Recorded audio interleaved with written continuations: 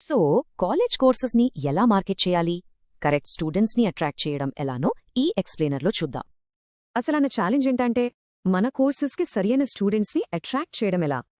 Goal ఒకే ఒకటే, admissions పెంచాలి, reputation build చేయాలి. అందుకే క్లియర్ మెసేజ్ చాలా అవసరం. సో ఫస్ట్ స్టెప్ ఏంటంటే మీ కోర్సులో ఉన్న స్పెషల్ విషయం ఏంటనేది డిఫైన్ చేసుకోవాలి. దానికి సింపుల్ 2-స్టెప్ ప్రాసెస్ ఉంది. ఫస్ట్ మీ స్ట్రెంగ్త్స్ ఏంటో తెలుసుకోండి. తర్వాత స్టూడెంట్ బెనిఫిట్స్ చెప్పండి. అంటే మీ స్ట్రెంగ్త్స్ ఏంటి, స్ట్రాంగ్ ప్లేస్మెంట్ సపోర్ట్ ఉందా లేదా ఇండస్ట్రీ టైప్స్ ఉన్నాయా, ఇవన్నీ హైలైట్ చెయ్యాలి.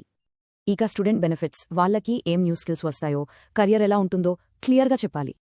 ఇప్పుడు ఈ మెసేజ్ని అందరికీ చెప్పడానికి మీ డిజిటల్ ప్లాట్ఫామ్సే మీ megaphone. Social media posts, videos, testimonials ఇవన్నీ స్టూడెంట్స్లో ట్రస్ట్ బిల్డ్ చేయడానికి సూపర్ పవర్ఫుల్ టూల్స్.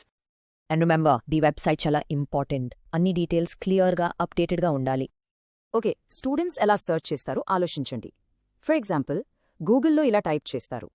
ఇక్కడే మనకి సర్చ్ ఎంజిన్ ఆప్టిమైజేషన్ అంటే SEO యూజ్ అవుతుంది.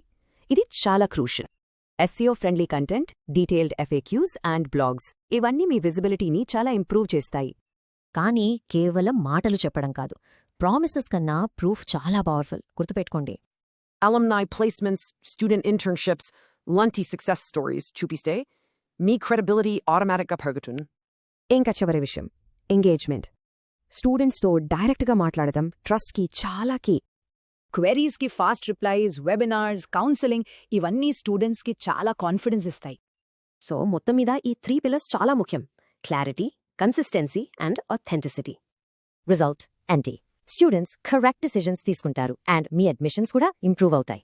సో మిమ్మల్ని మీరు ఒకసారి అడగండి, మీ మార్కెటింగ్ మెసేజ్ నిజంగా ఆథెంటిక్గా ఉందా?